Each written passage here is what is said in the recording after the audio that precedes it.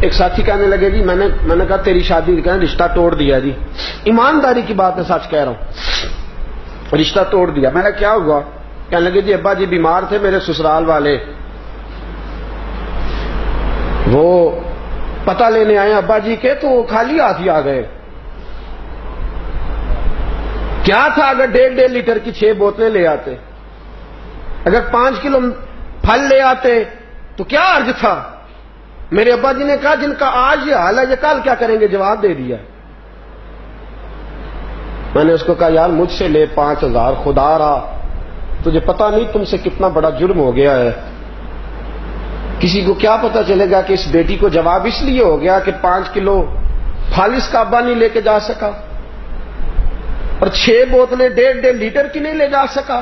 تجھے پتا نہیں لڑکا طلاق بھی دے دے تو وہ پاک صاف ہی رہتا ہے، اور بیٹی کی کبھی منگنی بھی ٹوٹ جائے تو لوگ کہتے ہیں کوئی بات تو ہوگی نا، جواب ہوا ہے۔ اتنا بڑا جرم، اور کبھی سوٹ نہیں ملے پہننے کو۔ یہ لڑکی کے سسرال والے لے کے آئیں گے تو پہنیں گے۔ میرے پاس ایک میرے ساتھی آیا، کہنے لگا ایسا 10,000 روپیہ چاہیے۔ میں نے کہا کیا ہوا؟ اس کی آنکھوں میں آنسو آگے، کہنے لگے ہمشیرہ کی ساس فوت ہو گئی ہے، روٹی پکانی ہے۔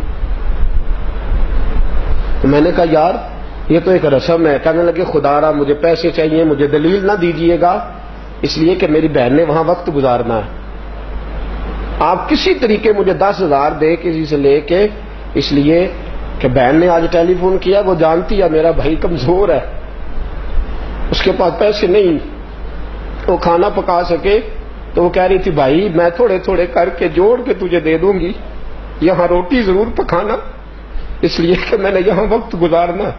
صاحب وہ بھائی جو بیچارہ شام کو بچے کی دوائی کے لیے ترستا ہے، وہ 10,000 کی روٹی کہاں سے پکائے؟ یہ کس نے زیادتی کی؟ یہ میں نے کی ہے، یہ آپ نے کی ہے، اس کا ہم نے جواب دینا ہے۔ وہ کہاں سے روٹی پکائے؟ اور پھر تماشا یہ ہے کچھ برادریوں میں تو یہ اصول ہے ساس فوت ہو گئی ہے تو کپڑے بنا کے لے کے جاؤ بچی کے، اس کے کپڑے بنا کے لے کے جاؤ۔ وہ کہاں سے؟ اس کا باپ کہاں سے لے کے آئے؟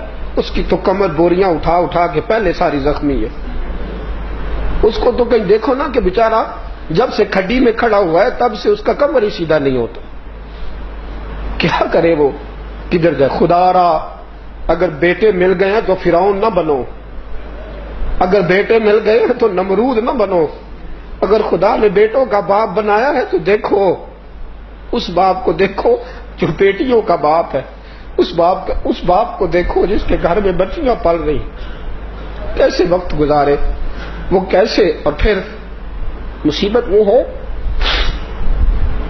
کہ اب تو اللہ تعالیٰ فضل فرمائے، عالم یہ ہو گیا ہے کہ بیٹی سے شادی کوئی نہیں کرتا، اس کے مکان سے، اس کی کوٹھی سے، اس کی جائیداد سے، اس کا باپ بیڈ کتنے لکڑیوں سے شادی ہوتی ہے، لکڑیوں سے، بینک بیلنس سے نکاح ہوتا ہے، غریبوں کی بچیوں کی عمریں گزرنے کو آئی ہیں۔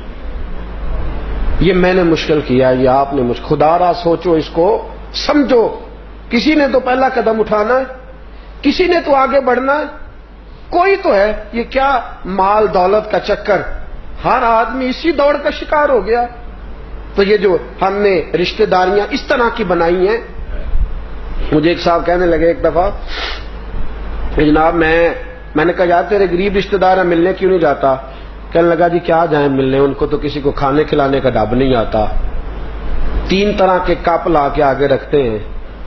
میں نے کہا تجھے پتہ نہیں نا غربت مصیبت کتنی بڑی ہے، رشتہ دار تو تیرے ہی ہے نا، دادا تو پیچھے ایک ہے نا، تو اتنا اچھا ہے تو تو اس طرح کر نا، 2 درجن کپ ساتھ لے جا، 2 درجن گلاس لے جا نا، رشتہ دار تو تیرے ہیں نا وہ، تو لے جا 2 درجن گلاس ساتھ لے جا، 2 درجن کپ لے جا، ایک ڈنر سیٹ اٹھا لے جا گھر۔ لیکن تجھے بھی اسی کو رشتہ دار کہنے میں مزہ آتا ہے جو لینڈ کروزر میں بیٹھا ہے، جو گدا گاڑی پہ بیٹھا وہ تو رشتہ دار ہی نہیں نا، چاہے بیچارہ حلال رزق اکٹھا کر رہا ہے، مزدوری کر رہا ہے۔ تو ظلم و ستم کی وجہ سے رشتہ داریاں آج ٹوٹتی ہیں، میرے تکبر نے، میرے غرور نے، میرے بڑے ہونے نے یہ ساری مصیبتیں کھڑی کی ہیں۔ میری عاجزی ہوتی، انکساری ہوتی، خلوص ہوتا، پیار ہوتا، درگزر ہوتا، معافی ہوتی، اعلیٰ ظرفی ہوتی، تو سنو میرے نبی پاک کے لفظ. سید عالم خطبہ دے رہے ہیں، جمعے کا خطبہ. حضور نے فرمایا جس کا کوئی رشتہ دار ناراض ہے میری محفل سے اٹھ کے چلا جائے، نکل جائے. صحابہ کہتے ہیں محبوبہ رحمت للعالمین نبی ہے، ابو جال کا بیٹا آئے تو نکالتا نہیں، ابو لہب کی بیٹی آئے تو چادر ملتی ہے. سونیا یہاں تو کافر فاسق مجرم کو پناہ ملتی ہے، اور پہلی دفعہ کسی کو دربار سے نکالا ہے تو وہ بہت بڑا مجرم ہوگا نا جس کو نکالا. نکل جاؤ دربار میرے سے، اٹھو. جس کا کوئی رشتہ دار ناراض ہے جاؤ، اور زیادتی اس کی ہے جس نے اس کو ناراض کیا ہوا ہے. اگر وہ شخص جس نے زیادتی کر کے اپنے عزیز کو نکالا ہے وہ نکل جائے میری مجلس سے. جہاں کافر فاسق فاجر کو آنے کی اجازت ہے، رشتے توڑنے والے کو اجازت نہیں وہاں آئے. اس سید ابن حزیر اٹھے، کہتے میری ماں انتقال کر گئی، خالہ سے پیار تھا، خالہ سے کوئی غلطی ہو گئی، پھر خالہ 2 دفعہ معافی مانگنے آئی، میں نے معاف نہ کیا. جب حضور نے کہا نا اٹھ کے نکل جاؤ، کہتے میں گیا، خالہ کے دروازے پہ دستک دی، دروازہ کھلا، خالہ نے مجھے کھڑے دیکھا تو پریشان ہو گئی کہ میں تو 2 دفعہ گھر گئی ہوں، مانا نہیں، آج خود آ گیا. میں نے کہا اندر نہیں بلائے گی؟